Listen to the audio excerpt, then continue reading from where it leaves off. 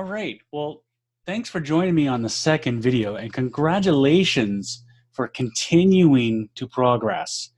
This is huge that you are willing to invest the time and not be distracted while you are going through this training. In this video, I want to talk about some of the traits that good salesmen, that good customer service people have that make them successful. What do they have in common that makes them stand out and be successful? So just going down the list here, you need to believe in yourself, okay? This is huge. Believe that you can achieve what you're doing.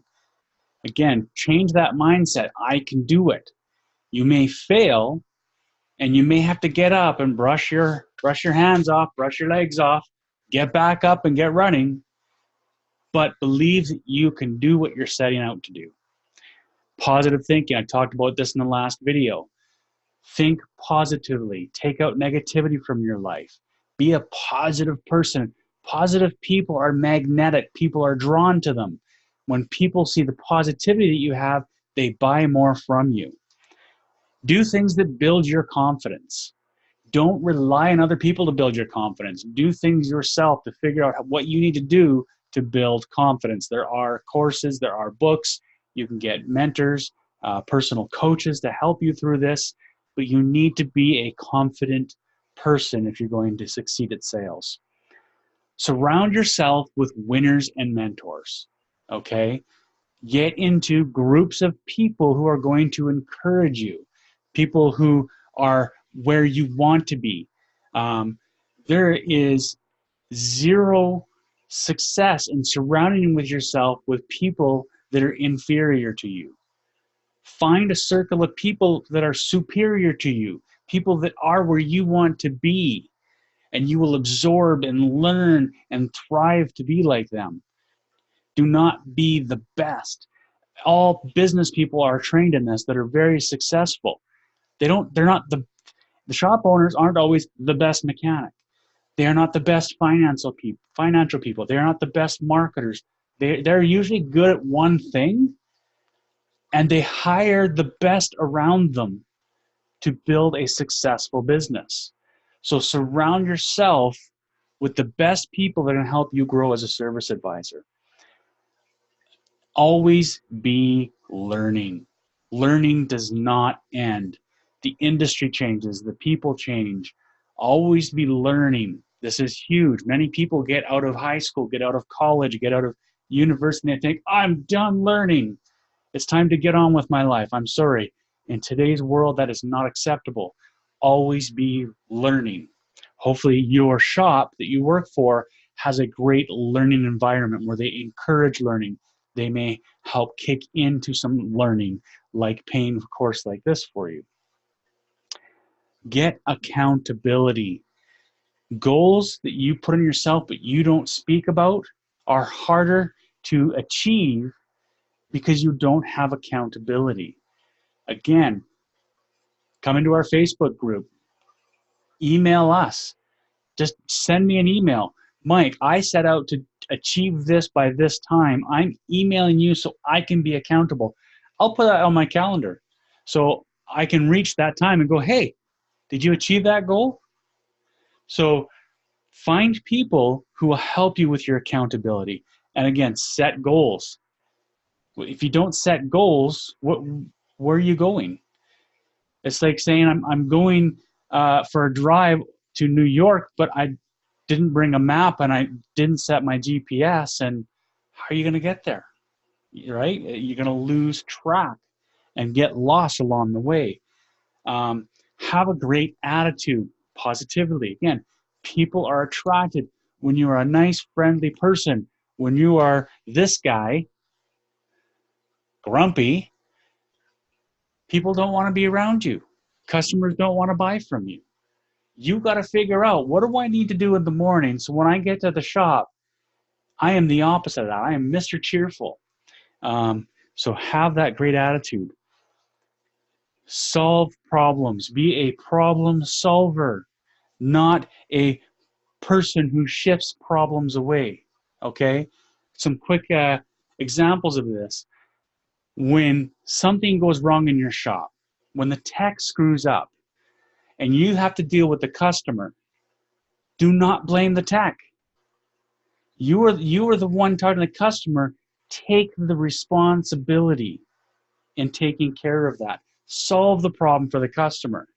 Hey, you know what? We screwed up. I'm really sorry about this. We shouldn't have done that, but I am going to make it right for you. Be the person that takes responsibility and does not shift blame. You will attract so many more people. Never mind the customers, your boss, your coworkers will respect the hell out of you because you never point a finger. You take responsibility. Now, taking responsibility also means making mistakes. Okay? Mistakes are going to happen if you are growing. If you are stopping your growth, stopping your knowledge, stopping your learning, you're going to stop making mistakes, but you're not going to grow. So we have this in our culture, in our team. I don't care when one of my coworkers comes to us and says, you know what, I screwed up. I look at that and say, oh, well, did you learn something from it? Fantastic.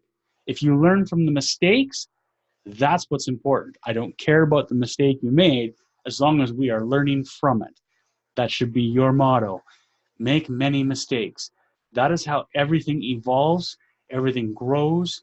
Companies are built on making tons of mistakes. Again, how many planes were crashed before the Wright brothers got it right? Before the actual first plane flew. They made tons of mistakes to analyze and figure out what the problems were and to learn from it and make flight. Take action. Be an action taker. Be the guy that sees the opportunities and you seize the moment and you're ready to take care of whatever needs to be done. Don't wait for you see a problem and you just wait for your supervisor or your boss to say, hey, we should do something about that. If you see a problem, if you see something that can be improved, if you see something, be an action taker. Bring it to the table. Say, hey, I see this problem and I see this is how we could possibly improve that. Bring it to the table. Or if it's something smaller, just take action and do it, right? Build trust. This is big in everything. And some people go, well, how do I build trust? I think I'm a trustworthy person. How do I build trust? I'll tell you, there's three key ways to build trust with anyone. Do what you say you're going to do. Don't be flaky. Don't say, I'm going to do this and not do it. Always do what you say you're going to do. If you can't do it, don't say you're going to do it. Don't overpromise and underdeliver. I'm a huge fan. Underpromise, overdeliver. Yes, ma'am, your car will be ready by 5 o'clock, even though you know it's going to be ready by 3.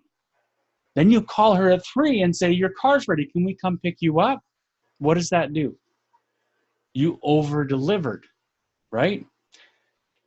Do what you're going to do when you say you're going to do it, right? So not only is it doing what you're going to do, but when. So I just kind of covered that a little bit. Always do it in the time you say you're going to do it. I know sometimes there's issues in the shop that delay things. So again, try and stretch that time out or whatever, but try and do it when you say you're going to do it. And finally, finish what you say you're going to do. A lot of people, including myself sometimes, we start something and we never get it finished. And that builds our confidence because we never finish some things maybe. That builds the confidence of other people in us because they see that we don't finish what we say we're going to do. So please always finish what you start. So that is the successful traits that most successful people have, successful salespeople. These are a lot of personality traits that they have that you need to be taking in yourself. So with that, we'll catch you on the next video.